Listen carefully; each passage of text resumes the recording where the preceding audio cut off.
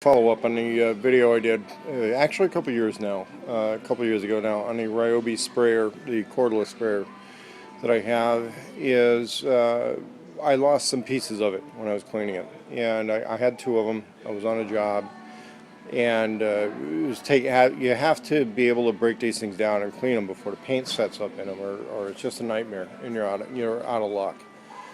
Graco's are kind of high end. And what they'll do here is they'll have a lot of spare parts and nozzle heads and wear components and things like that they're going to have for these things. Although that's kind of professional grade stuff, in my opinion. Wagner, they've gone through a lot of improvements over the last few years. I had one of the originals. I hated it, and it was absolutely worthless. But they're okay, and they've gone through a lot of improvements. The issue was that. And it looks like Home Depot isn't doing the Ryobi ones in the store right now, or it could be over by the Ryobi tools, but usually it's in the paint section. The little tips and parts for these things are not compatible brand to brand. It's not like changing tips on the 1/4 inch, hex drive screwdrivers or Sawzall blades all being compatible. The nozzles and tips on all of these are different from their brand to brand. And so spare parts can be a real problem because some of them get discontinued from time to time. But I'm going to show you a website where I was able to get replacement parts for my now discontinued Ryobi sprayer, and we'll show that in the next segment. Alright, a little follow-up video to another video that I was surprised became pretty popular on YouTube as far as tool reviews go. But it was on the Ryobi P630 18 volt 1+ system cordless sprayers, two of which I have here. I bought one new. The other one I picked up on a local Craigslist for what was a reasonably good deal. The guy used it in one job, cleaned it up really nicely, sold it used. These sprayers were coming in a promotional deal with this little carry bag, which is more like a cooler, really. It was really like getting a free cooler, but they set it up to be a carry bag for the sprayer. I'm actually probably going to be circulating these sprayers over to another carry bag system, because I had two of these, and there was plenty of room left over in a bag. So I'm really thinking this bag was like a kind of a lunchbox promotional deal for these things. And what happened is I've used these on several projects. I used them mainly for small to medium exterior painting. I did use them on a couple interior jobs, but it was in like a larger warehouse type environment. There's some precision issues that make still using brushes and rollers to be a little bit more conventional in the interior painting realm. One of the big things I run into, especially with one of the clients that I had, is that he was really rushing things. As soon as he set a fixed price on the job, he then wanted to rush it and demand quality and a lot of that. So I was having to stop a lot to touch up with a brush. And this one here, when I was painting something that was in a green color, it sat long enough that the paint started to harden up in a lot of this, and basically, when I get a little slow time, I have to spend fingernail time cleaning on this. And there's a point when on these paint cups you can clean them out several times, but if you're really trying to keep your color pure on the inside, you're always looking out for that residue in there, which if it dries and you've got kind of a little filter element, you're kind of okay. But the other thing that happened, I couldn't find at the Home Depot these O-rings separately.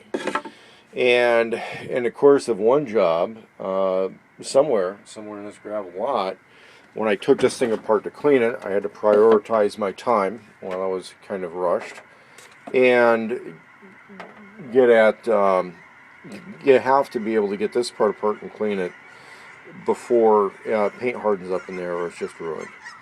And when you take these things apart, one of the really sensitive parts they actually give you spares to is this little nozzle. They give you like one spare with each sprayer when you buy the sprayer. So there's little baggies of spare parts and all that kind of stuff. Well, somehow, some way, this part got lost. And this is one that you can't buy at Home Depot and they don't have. Fortunately, I didn't lose the spring. We still have that. We have this. Well, Home Depot didn't have the parts, but what I was able to do was get the stuff at ereplacementparts.com, and it was relatively reasonable. If I pull out my receipt here, we let's see, what did I pay for this thing here? It was $13. No, not pretty for this little piston assembly. But I didn't want to throw away the sprayer, and up to this point, that spare sprayer was basically a parts donor until I could get that spare part. The cups, the paint cups for these things, are only about $5. Yeah, quick lock container, $4.28.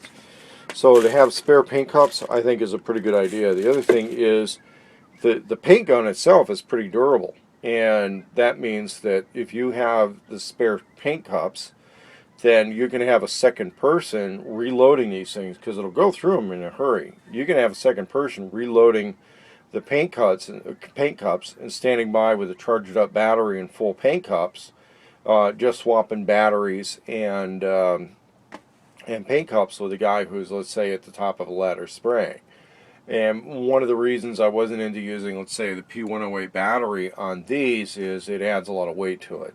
So with these, they come with a low capacity lithium battery. It is kind of a smart idea to use that. So I'm going to put a link in to ereplacementparts.com. I get no compensation from them. It's not an advertisement.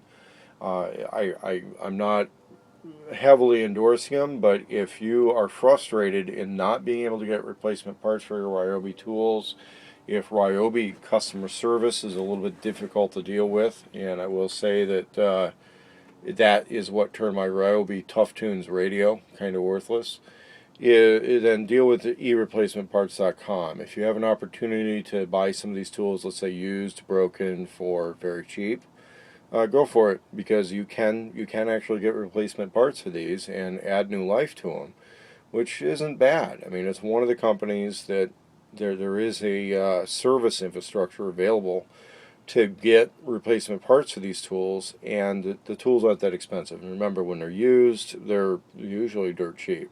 So I thought I'd throw it out there on YouTube today and let you guys know that these things are still kicking.